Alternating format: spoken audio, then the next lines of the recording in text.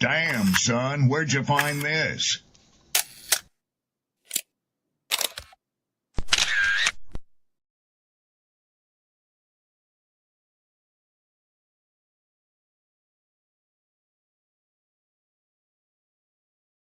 People don't be offended by the truth. They be offended because you called out the truth. Simple as that. They don't want to hear any other narrative that makes them look bad. One thing I can't stand at this big grown age is somebody who act like cause and effect does not exist. Like, yes, your actions caused this outcome. Yes, what you did lit the match. Like, why are you surprised and playing victim? Guys, Chico, they never lie. That's how you know somebody doesn't respect you. They listen to reply, not to be understood. They cut you off. They minimize what actually matters to you. They laugh at your boundaries, and then they call you sensitive when you try to hold the line. They show up late. They cancel last minute, forget the things you've told them, because in their world, your time, your energy, even your voice aren't a priority. They're just an option. You see, there are two kinds of people. Those who adjust when they realize they've actually hurt you, and those who expect you to adjust so they don't have to change. You don't need to be disrespected loudly to be disrespected deeply. Sometimes you'll see it. It's just in their tone, in their patterns, in the silence after you're known. Respect isn't what they say when they're watching. It's how they act when they think you'll tolerate it. Mantra, slave song, slave ship, rip skin, made me rip bones. But no matter how close I am, my ancestors speak. They tell me the tide isn't front on us like we're weak. I haven't been getting sleep. Longing to sing until I surpass peak. Until they think we are equal, please. All I want is peace. My ancestors beat drums until their bones would bleed. Begging the generations remember our story. Good morning, good morning, good morning. Peace and blessings, glory, praise, honor to the Most High. Happy Wednesday, peoples. I hope all is well with each and every single one of you. Thanksgiving is right around the corner. And what are you grateful for? Forget about all the stress and all the pressures of life.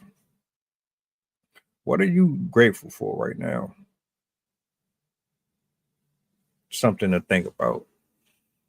We don't have to be miserable all the time. I want to give a shout out to everybody in attendance. I want to give a shout out to everybody who has been supporting and showing love to the channel. My writers, my producers, my content creators, Rob, Sid, Zay, everybody. Salutes to you, blessings to you. I got Coach in the building. I got a clip that I want to play here in a second, but I'm going to bring him up and we're going to get the show started. Let's see. Good morning, Grand Risings and all that good stuff. What's up, sir? Hey, good morning, man. How you doing? Thanks for having me on the show this morning. Salute. I rock with that hat, man. Yeah, getting kind of chilly out here, man. So, you got to cover the top piece. Right on. How everything going so far this morning, though? You good? Yeah, man. Going well, man. Doing fine, going well. Got up, had a great workout this morning. You know what I mean? Get the endorphins going, getting that dopamine flowing, and just ready to get this day started, man. How about your morning? I'm fired up. I'm ready. To get it in. You know what I'm saying? Every minute count, every second count. So I'm chopping away at all of them like Pac-Man. Yeah, definitely, man. And you ain't gonna get that time back, so make it count. Exactly. Well, look, man, I got the clip. I'm gonna bring it up on the big screen, and we're just gonna jump straight into it. All right, let's do it. It's about 21 seconds, not very long, but it should give y'all enough. Damn, officer. He's dead. Yeah, move. Why? No, bro. I shot at him, bro. You shot at him? I didn't know. That suspect seen on the body cam putting his hands behind his back to be handcuffed even before the officer had any real understanding of what had happened. Just in case y'all not in on what happened, the guy who is getting arrested, he had a road rage fit. I guess the guy wasn't driving fast enough for him, and he actually shot into the gentleman's vehicle. Unfortunate, tragically ending the life of his I life. don't know if it's you or if it's me, but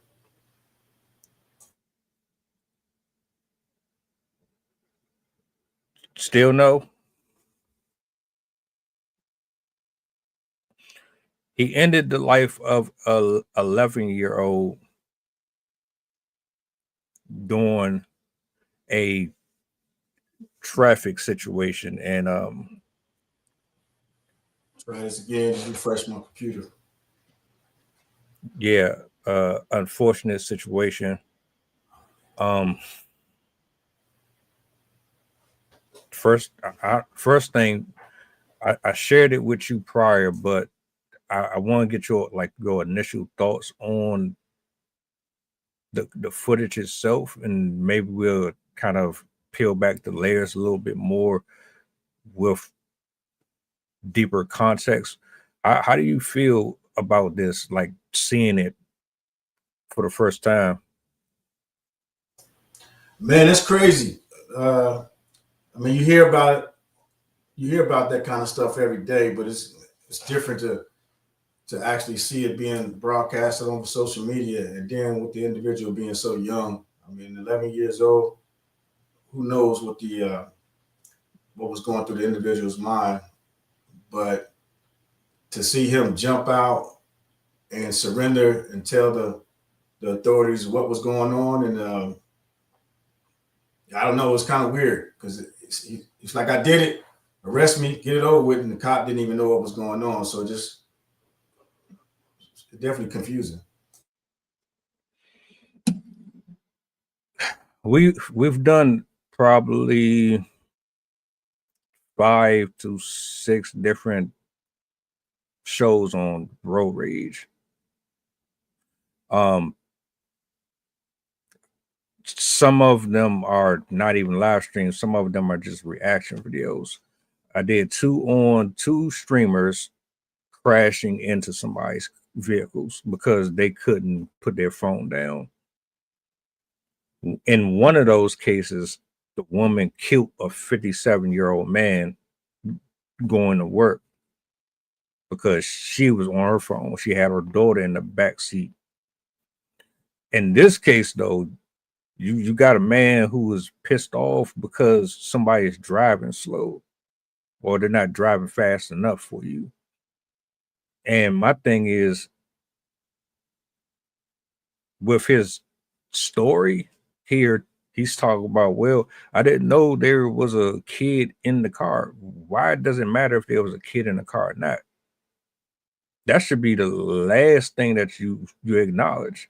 The first thing that you should be saying is, I have a horrible temper. I have absolutely no discipline whatsoever. And I wanted to play Gunsmoke just for the hell of it. Like, my guy, you shot in a car just because the person was not moving at your desired speed. That's an issue. That has nothing to do with whether or not there's a human being in the other car. So let me get this straight. You still would have shot in the car if the kid wasn't there. But because the kid was there, you wouldn't have shot in the car. But if the kid wasn't in the car, this would have still been your desired result.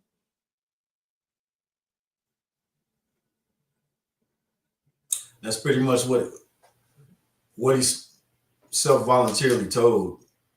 Yeah, absolutely. I mean, I agree with you. Definitely issues with anger management. Um, and it seems like that negative energy is so contagious these days. I mean, this morning on the way to the gym, I had somebody, on my rear end. They were speeding. I was going the speed limit. And I guess he thought that as he kept going faster, I was going to speed up. And part of me wanted to slam on the brakes. You know what I mean? Like I said, that energy is contagious because I had to constantly, stop, think about it, and be like, okay, the ramifications for me slamming on the brakes. He either rear ends me or he flanks me on the left, and potentially does what this young man did, or I meet that energy, and I also try to run him off the road. You know what I mean? But having the peace of mind to stop, and that sounds like 3 minutes worth of thinking, but that was all in in a matter of 4 or 5 seconds. You know what I mean? Because your life can flash before your eyes, or you can think about it and kind of replay those scenarios within your head, and then choose the latter. And I did that this morning, but who's to say, depending on what type of day somebody's having, that rationale decision making comes into play. And a lot of times, people are naturally on edge these days anyway, and it's almost like they're looking for that confrontation. Because,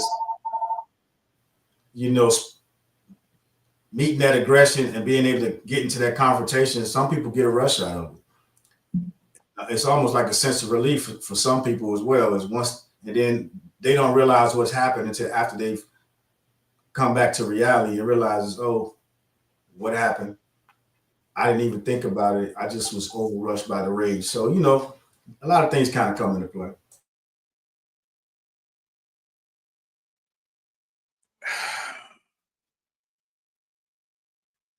Thinking about my grandparents when they drove, they always drove the speed limit. And I'm 9, 10 years old, maybe younger. And the car's filled with Salem 100 smoke and Winston 100 smoke. I couldn't stand cigarettes. And you would hear these cars blowing their horns, and I didn't understand at that age that was out of people being impatient or they just irritable. I just thought people were just blowing their horns just to be blowing their horns. Then, like, the older you get, you realize that being in traffic or being on the road comes with way more responsibilities that you ever could have imagined. You're constantly on defense and offense in more ways than just operating the car itself, but you are responsible for your life and anybody else's that's on that road. So many factors come into play with it. You should know as an adult or someone who has developed that part of the brain that people keep saying you don't really reach that particular point in your life until your frontal lobe is fully developed. Well, once your frontal lobe is fully developed, you should already understand that you should not be driving inebriated. You should not be driving with your phone in your face. And you should not be driving emotional for a number of reasons. My thing is, how many times do we have to have this happen before people check themselves into a therapist or you get some type of help? You watch the news, I watch the news, they watch the news. Y'all know these accidents happen. Cars crash. I've seen too many, way too many. And it's like, all right, at what point do you say, that could have been me? Maybe I need to look at what I'm doing too to kind of contribute to minimizing the potential for this happening again. Are you? No, yeah, it's all learned behaviors, man. And also at the same time, coping mechanisms. So, like you said, at what point do you maybe get some help? And I've been in the vehicle with some people, and they have expressed yelling at the driver or whomever that may have, did a driving violation just by yelling. It made them feel better. So there's no need for them to get help because they just helped themselves, in that particular instance. Now, that sounds pretty ignorant to say, but at the same time, like you said, if somebody needs help and they won't get help, but they are along the way finding their own coping mechanisms, it's kind of hard to explain that to somebody or to talk to somebody about it who they think they're actually, providing themselves a service. So unfortunately, it typically takes somebody to do that, whether it be crashing into somebody, not learning how to be a defensive driver, like you mentioned, strictly on the offensive, and having a near-death experience. That's the only way, people tend to learn, man. It happens to people they know. It happens to friends. It happens on TV. We just watched the video of it, but somebody who may be even watching this video, this live feed or the playback, may still go out and do the same thing. You know what I mean? And then it comes with also responsibility of having a weapon. How are these people allowed to legally have a weapon if, say, they haven't taken a defensive course, a concealed weapon course or weapon safety course where it teaches them how to properly handle a weapon, not to put your finger on the trigger unless you're intended to, kill that target, specific places where to keep your finger, weapon control, different things like that. So you can tell the discipline, like you mentioned earlier, is not there because not only the defensive driving, but also having a weapon, and then just the ill intentions of using that weapon. So those are liberties and freedoms that people take advantage of until they're taken away, until they're restricted, and then people complain about why the system is so tough and why it's so rigged and why you can't, get a weapon or why you got to be over, say 23 or 24 to do certain things.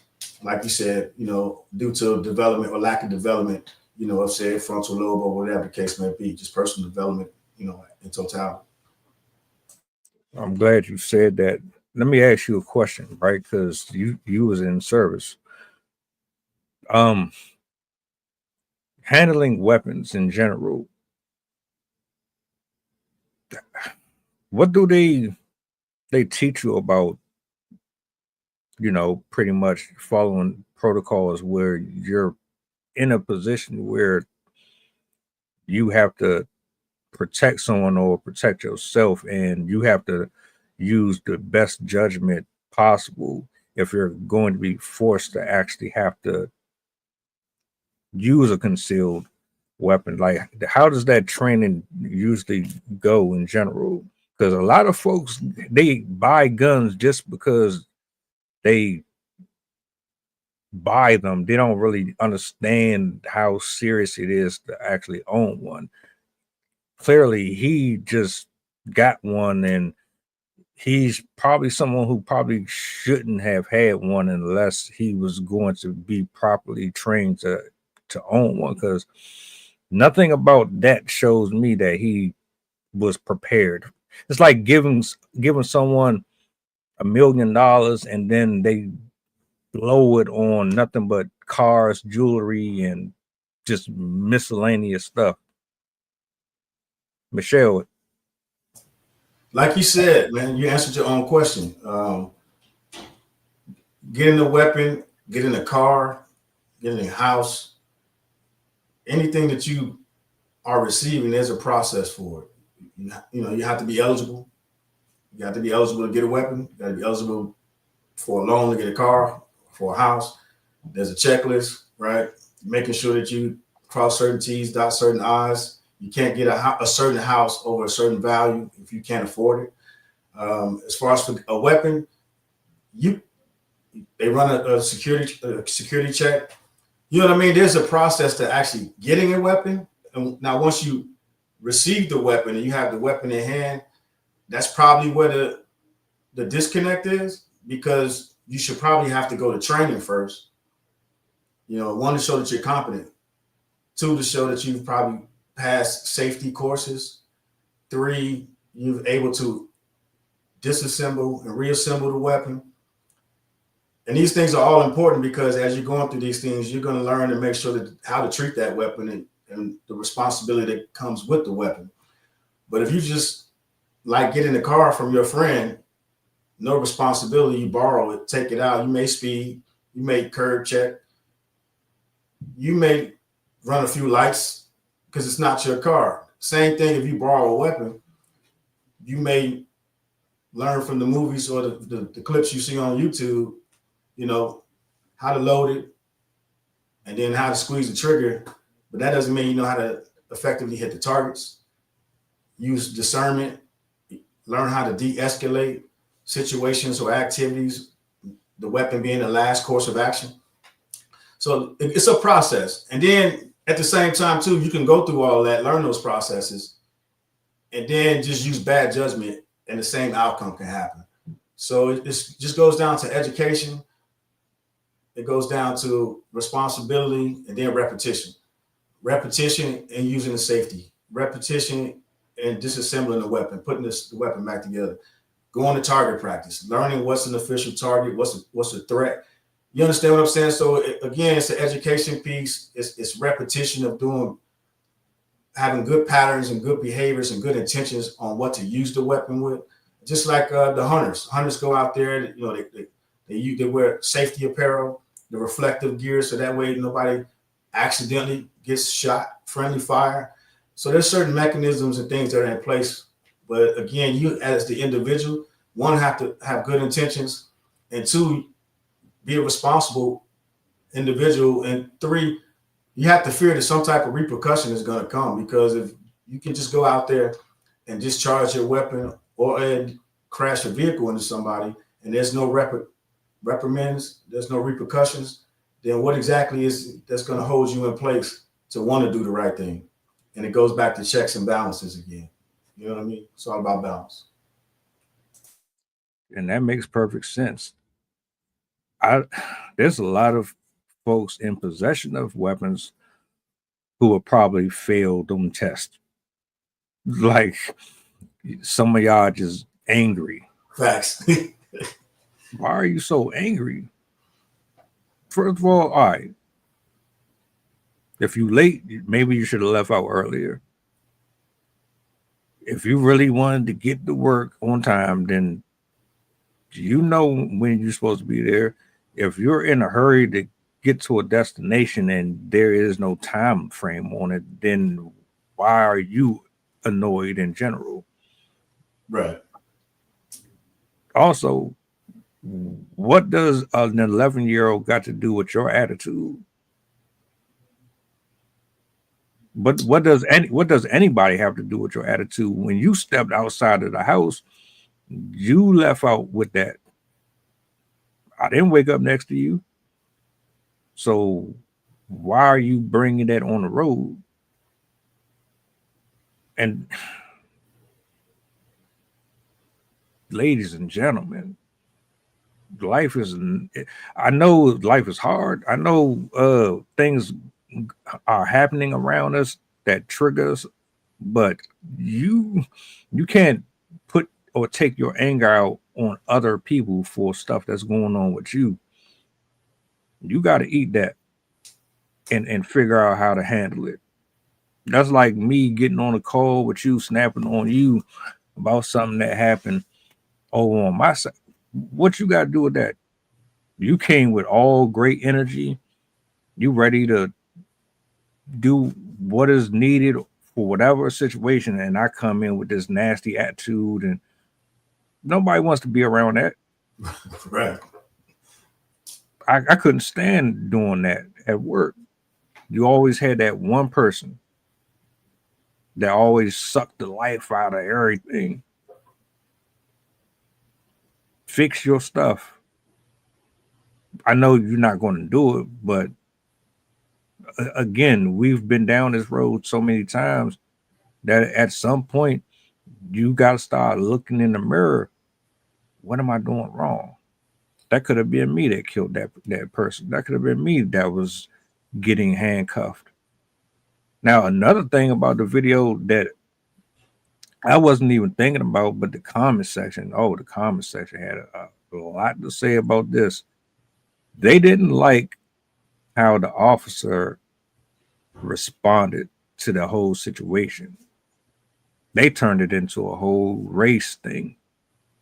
Oh, if it was the other way around and the brown guy who was saying he shot and killed a kid, if it was him, that the officer would have been aggressive, would have slammed them, probably did more. But because it was a Caucasian guy, we had a nice, simple, relaxed conversation. While the other guy is over here screaming and hollering, he just lost his kid. The officer didn't show any type of compassion or anything whatsoever. Did you see what they saw? Well, so here's the thing, right? Yes and no. You can see what you're looking for. Like when I initially seen the video, obviously compassion, trying to figure out what was actually going on, because the young man ran up and just started spilling everything. As he said, I shot somebody, somebody's dead, whatever the case may be. So at that particular point, the view can change. I mean, I didn't look into the comments, but as watching TV every day and watching the interactions and having your own interactions from the actual what happens and takes place in real life, in the real world, outside of social media, that does register and come to your head. But then using discernment, common sense, and good judgment, I can easily pivot and not stay on that point and say, oh, no matter what, he might not be black or brown, but it is still a human being. A young 11-year-old's life was just taken away. Now, what's the next course of action, right? So the comments, I mean, the reason why the comments doesn't really necessarily, it doesn't ring out to me, because if that is true, then now what? You know what I mean? That's great. We keep identifying problems, but we're not throwing any solutions out there. In case in point to be right now, what's going on over the media is black and brown don't go shopping between now and whatever, Christmas or whatever the case may be, the 25th of December. So that's something you just think that's going to be effective after you spent your money all year long in these stores and in these businesses, and now you're going to hurt them 30 days before Christmas? Well, if you know anything, right now they're dumping all the old shit out and putting it on sale that you're going to run out and buy. And then the new stuff's going to be out in January. So once your whatever it is that you're out here fighting for is done, you're going to go back to giving them your money to buy all the new shit that they discounted in December. So again, throwing problems at problems and not really any solutions. So I definitely didn't stay in that frame of mind for any intended, time longer than needed. But what I did think about was, okay, so my family and friends that may have issues with road rage and or the recipient of road rage, what can I take from this situation and educate the people that's willing to listen, right? Because the actions of a few affect the many. I can only control what's in my sphere. So no, I thought about it and then I pivoted and said, okay, all right, whatever's happening right now, this young man is admitting to it. He's not lying. He's taking accountability and ownership. And that's what I took from it. Even though it's a little too late, because your causes have already affected the individual, and you can hear the father or whomever saying, hey, that shit don't matter. He's dead. You know what I mean? So I was observing the whole entire situation, but I did look to see about the accountability piece. And so, I mean, at that particular point, the officers do your job, lock them up and put them away. So that's what I took from it. Yeah. So a part of me, when I read these comments, I'm trying to see how people are responding to real life situations. Are you taking this serious, or are you joking around with this stuff? Are you having real discord? You get people who are really trying to get to these conclusions, like you said, but then you have others who turn it into something that is counterproductive. We can do that, but then that's what, 20 minutes of time that could have been invested in the actual problem solving part. I saw what you saw.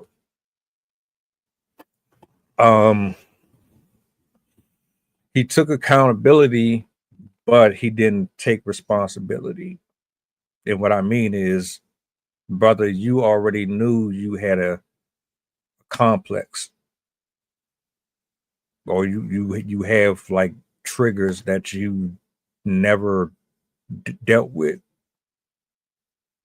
So before this happened, you should have been at a space and time in your life where you recognize, all right, I get easily angered by this, or I go off the rails off of this.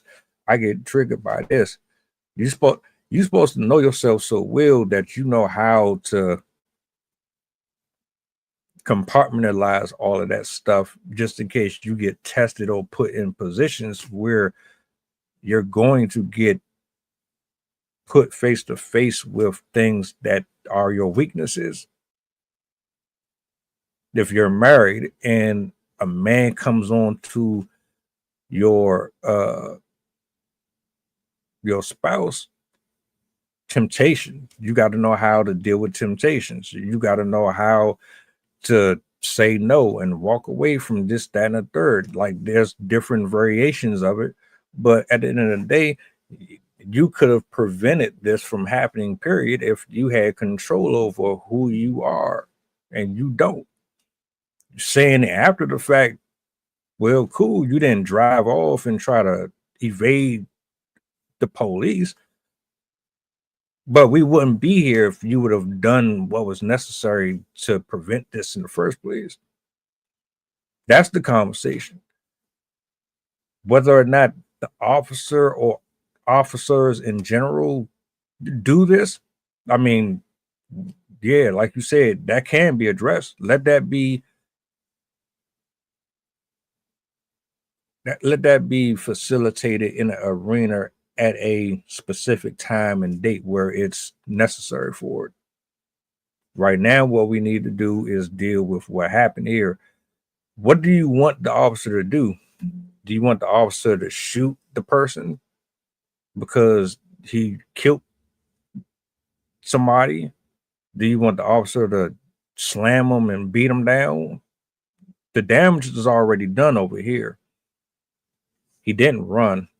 He's not screaming and yelling and being threatening to the officer or you at the moment. He conceded.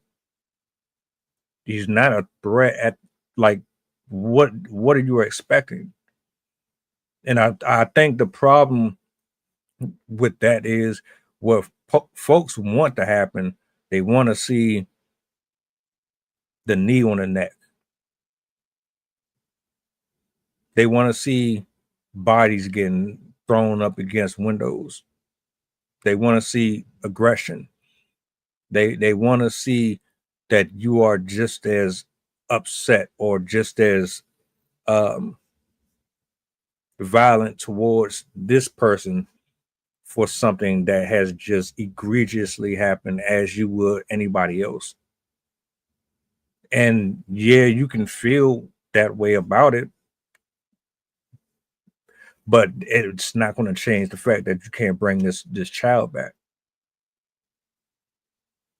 And on top of that, what you're telling me is you want something to happen to another human being based off of your feelings and emotions. Well, the law and the protocols that are supposed to be followed are not. How can I put this? Just because you think that revenge is the best way to handle situations does not mean that you're right. So everybody's supposed to crash out because things didn't go how you wanted them to. Eye for an eye, tooth for a tooth. So the officers are supposed to do what they did to such and such and do it to him too because he's white, or the behavior is poor on both sides of the coin. Either way, I'm gonna stop there, but yeah. Yeah, so it's twofold, right? Because it says he was 22 years old. So at 22 years old, that's a lot that you said you kind of expect for him to want to hold himself accountable, in check, to be self-identified with all the issues and stuff that he has. Because, I mean, at the end of the day, I mean, in real life, you're a product of your environment. You only know what you know, and you don't know what you don't know. So if you don't know that that's not the way to act, you're going to continue to do so. So I'll just say that. And then as far as for the, the eye for an eye and a tooth for a tooth, it's totally understandable, because if we aren't addressing the mental health issues, if we aren't addressing the issues that people have in totality, because we live in a country, man, where it's part of your freedoms is to be able to be as wild and as ruthless if you want to be, as long as you don't violate me. And then the violation comes in when the car accident comes into play, and then the rage comes into play, and then you exchange, gunfire and kill somebody. But you can't say you want to live in a free country and have all these liberties and freedoms, because the only way to be proactive versus reactive is to address all the people that have quote unquote issues or things that we deem to be outside the norm. But that's not the place that we live in. So everything we do is reactionary. So that's why people has the eye for an eye mentality. It's because we didn't stop it. We didn't do a preventive measure. So now we want to react and engage and, like you said, crash out, so to say. So you can't have both of them, because we can't control and police people. We can't force them to want to use good judgment and discernment, because as crazy enough as it sounds, it's their right to use or not to use until they violate you or yours. And then that's why some states have, the stand the ground laws and different things like that, because you picking and choosing which liberties we're fighting for. Just like, everybody's quote unquote fighting for gun rights and gun laws. And then you got the people that saying, hey man, we got the right to bear arms. Well, you do have the right to do it. But then at some point you're going to say, hey, you should use good judgment. You should make sure everybody that you encounter with those firearms are properly trained. You should make sure that they're a sound mind, they're competent. You know what I mean? Simple things like you would want from your doctors to be a medical competent, advisor or physician to work on you or to advise you on medication. The competent person that's selling those weapons should do some type of thorough check to make sure, it's a process of elimination, which there is, unless you go to some of these gun trade shows and, buy weapons from there, which a lot of people do, pawn shops as well. But the point is, you have all these other outlets that aren't regulated as much, so they have access to that stuff. So essentially everybody's throwing rocks and hiding their hands, man. You know what I mean? Because nobody wants to live in a dictatorship, but that's essentially what you want, but you pick and choose when you want things to be dictated to. You know what I mean? So you just kind of, again, everything's about balance, and that's what we are at a point now where there is no balance, man. It's literally the wild, wild west. People are going out that are not mentally, physically, or spiritually healthy, and they're going out and making bad decisions that's impacting other people's lives.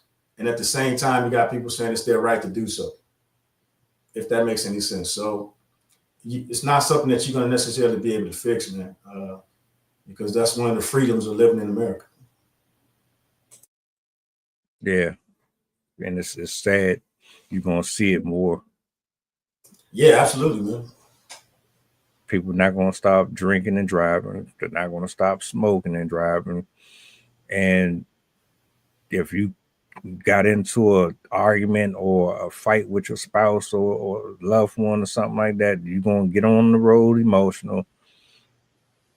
Right. Yeah. Yeah. And then you that weapon, being that car, that SUV, depending on where you're at. I'm in Texas. They drive these F4500 with 56-inch rims. Everybody looking like Bigfoot. One of them get pissed off and run your ass over in a Kia or one of Elon's vehicles. You don't stand a chance. You know what I mean? Like you said, the emotional aspect of it. Everybody's making emotional decisions. There is no logic. There is no common sense and good judgment. So with those emotional decisions, whatever you're behind the wheel of, whatever you have in your hand, whether it be a bottle or anything, you make an emotional decision to strike or to harm somebody because you're acting out of rage, because it's not checked, you're not being seen, you're not going to therapy, you're not talking to anybody, you don't have an accountability partner. You know what I mean? And it goes back to what we talked about, last week even, is you can find that pocket of people, that algorithm of more people that think like you, and then now they're cheering on your rage online.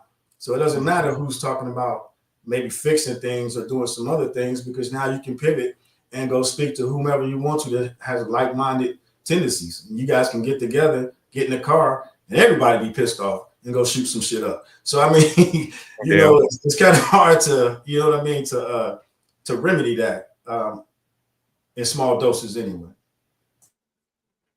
Well, one solution that I at least want to throw out there is we can stop supporting that type of content, right?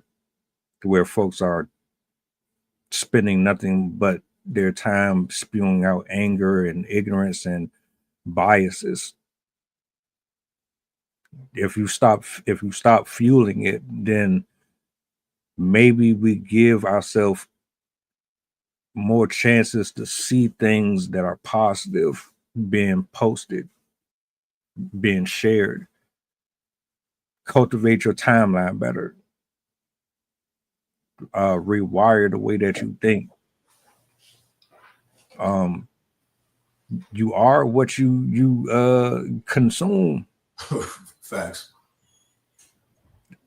And I know, because I could look at something on my laptop, and then if I go to my phone, I'm going to get suggested something based on what I was looking at on the laptop. So you got to be very mindful of what you're absorbing on a daily basis. That's just one suggestion. Get away from angry people, or like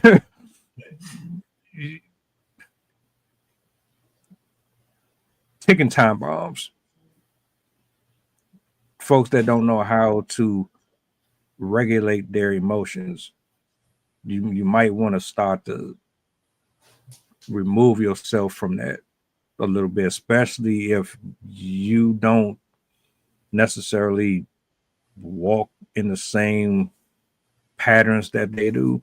They might be your friends or loved ones or whatever, but they can drag you down with them.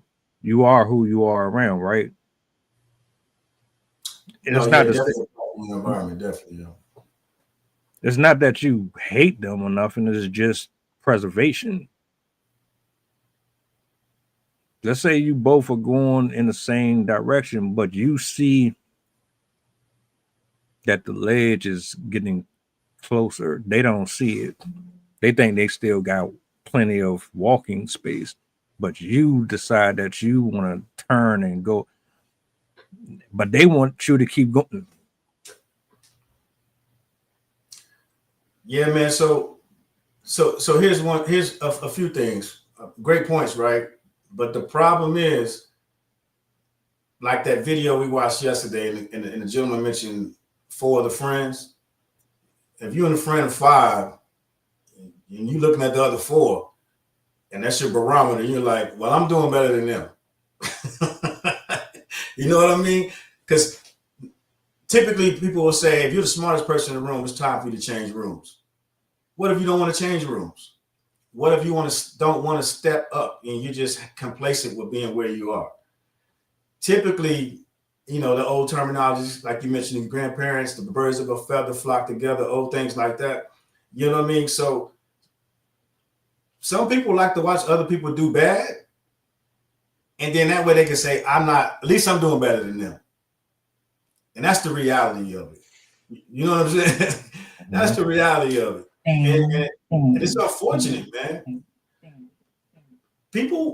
Only people that's trying to progress and be successful are going to set themselves up to be around other people that they can benefit from. If you can't be used by somebody, you probably don't know your worth or your value, right? Because a lot of people say, well, they're just using me. Well, they should be. Because if you don't have any value, why are you in my circle? So you should identify the talents that you have that people can use you for and get you to that next level. But the way people think is they're just like, you know what, I'm perfectly fine where I am. I don't want to exert any more energy than I have to. And I can still mellow and ride underneath the radar and be fine. I just have to deal with some things and that'll be okay. That's typically, you don't have a lot of people that's out there saying they want to do these different things. They want to be a better version of themselves. If they do, then they're not being around people that's holding them accountable.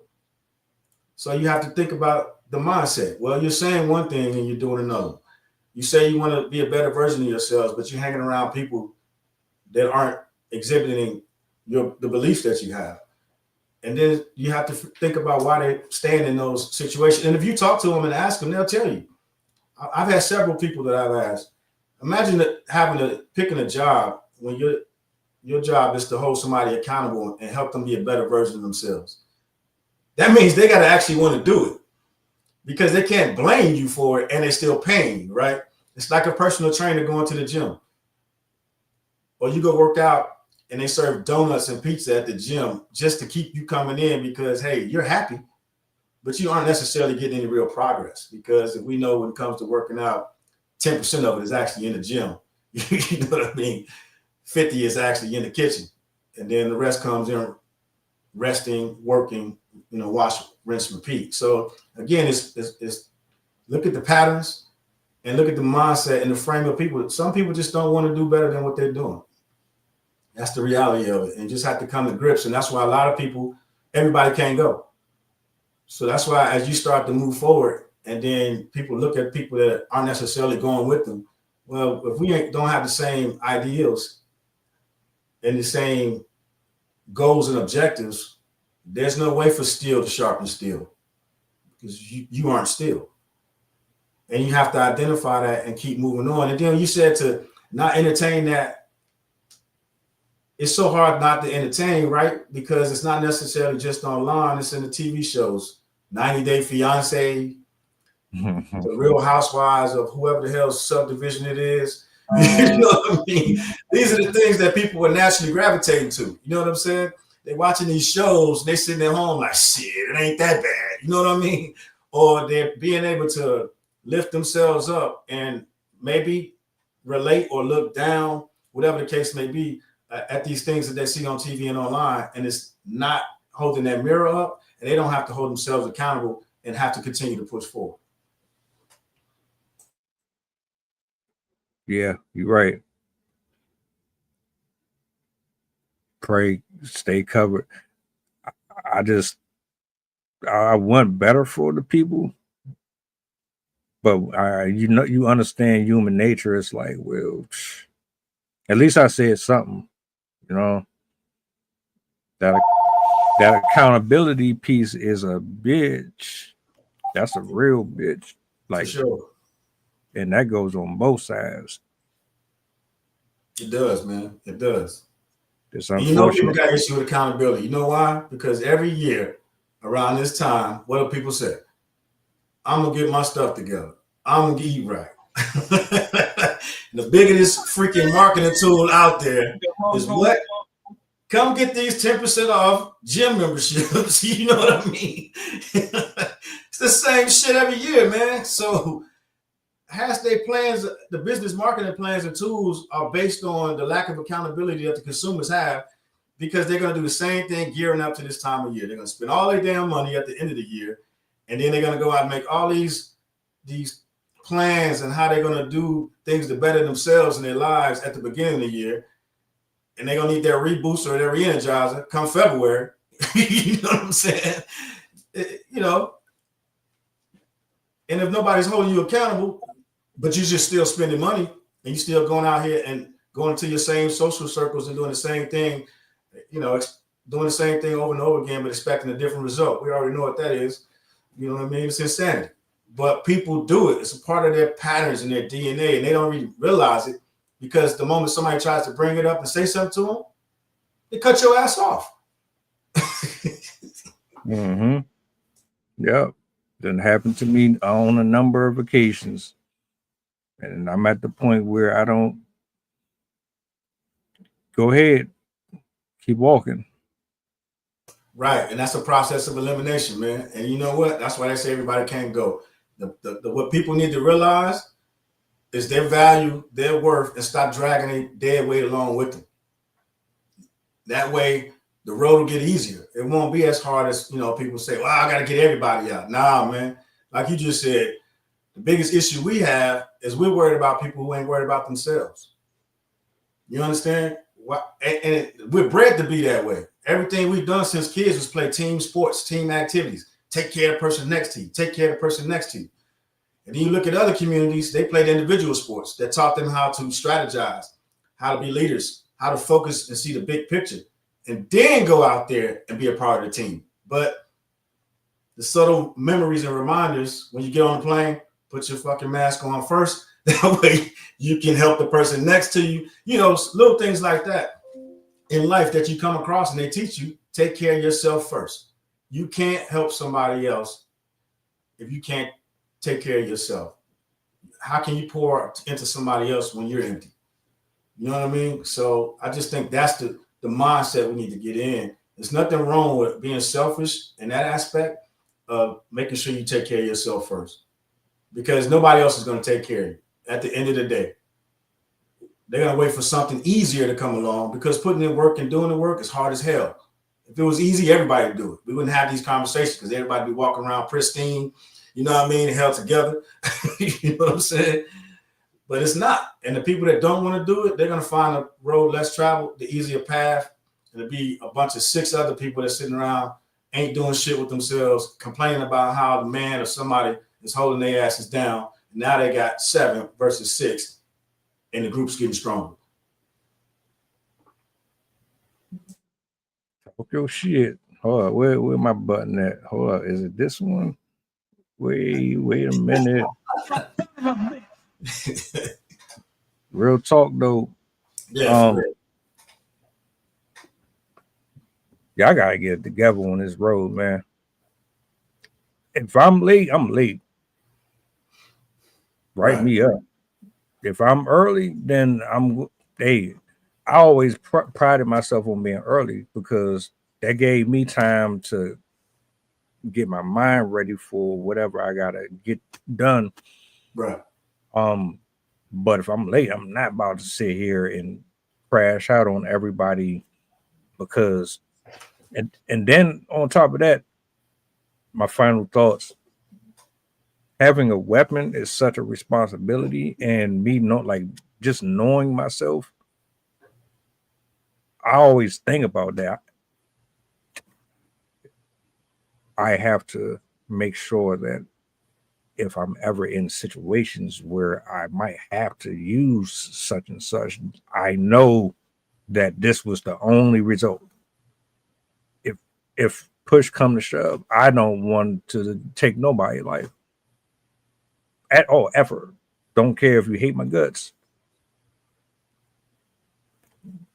If somebody's in danger and it's life or death, you force me into that, that's something else. Me having a bad day because old girl ain't trying to give me none, or some stupid shit like somebody won the lottery and I had one number missing from it, and all. I'm not about to. Come on, man, y'all be doing too much. just like And you're you, a defensive driver, you still have to be on the defense now because everybody else ain't thinking like you, and you want to make it home to your loved ones, and that's where the issues come into play. in this case, I don't know what that was. That was no defense. That was no offense. That was encroachment. Yeah. Shit. Play. Absolutely. Yeah. But anything you want to add before we close out, bro? Shout out to Michelle. Nah, just great topic. Just definitely something to think about with the holidays. The travel that's going on out there. There's going to be a lot of angry people out there because everybody's probably traveling today. You just want to make sure you think, keep a level head, and just weigh your options.